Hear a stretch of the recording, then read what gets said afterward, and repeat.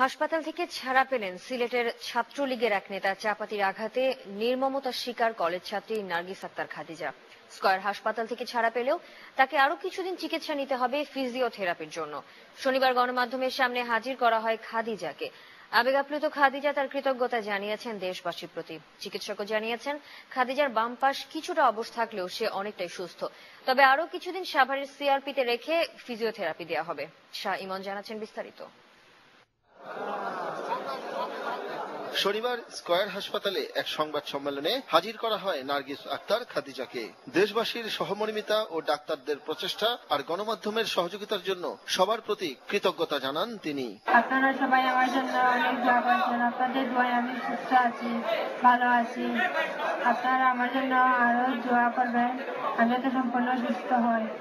কথা বলার এক পর্যায়ে আবেগ আপ্লুত হয়ে পড়ে খাদিজা। দোয়া চান দেশবাসীর।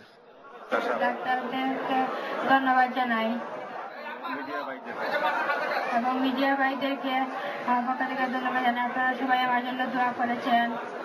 এদিকে চিকিৎসকরা জানিয়েছেন খাদিজার বর্তমান শারীরিক অবস্থা অনেকটাই স্বাভাবিক, তবে তাকে আরো কিছুদিন চিকিৎসাধীন থাকতে হবে বলে জানান তারা। সে এখন নিজে খেতে পারে, যে কোনো লেখা পড়তে পারে, ধরে ধরে হাঁটতে পারে, নিজে লিখতে পারে।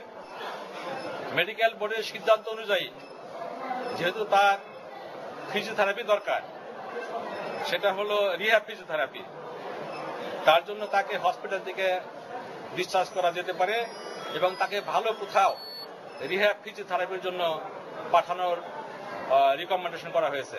গত ৩ অক্টোবর ছাত্রলীগের নেতা বদরুলের চাপাতির কোপে গুরুতর আহত হন নার্গিস। পরে তাকে উদ্ধার করে সিলেট উসমানী মেডিকেল কলেজ হাসপাতালে অবস্থার অবনতি হলে ৪ অক্টোবর স্কয়ার হাসপাতালে আনা হয় তাকে। সেখানে ১.৫ মাসেরও বেশি চিকিৎসাধীন থাকার পর এবার স্বাভাবিক জীবনে ফেরার অপেক্ষায় মৃত্যুর দুয়ার থেকে ফিরে আসা Khadija. Shah Emon, news 9, Dhaka. Narayanganj city corporation নির্বাচনে প্রার্থীদের যাচাই বাছাই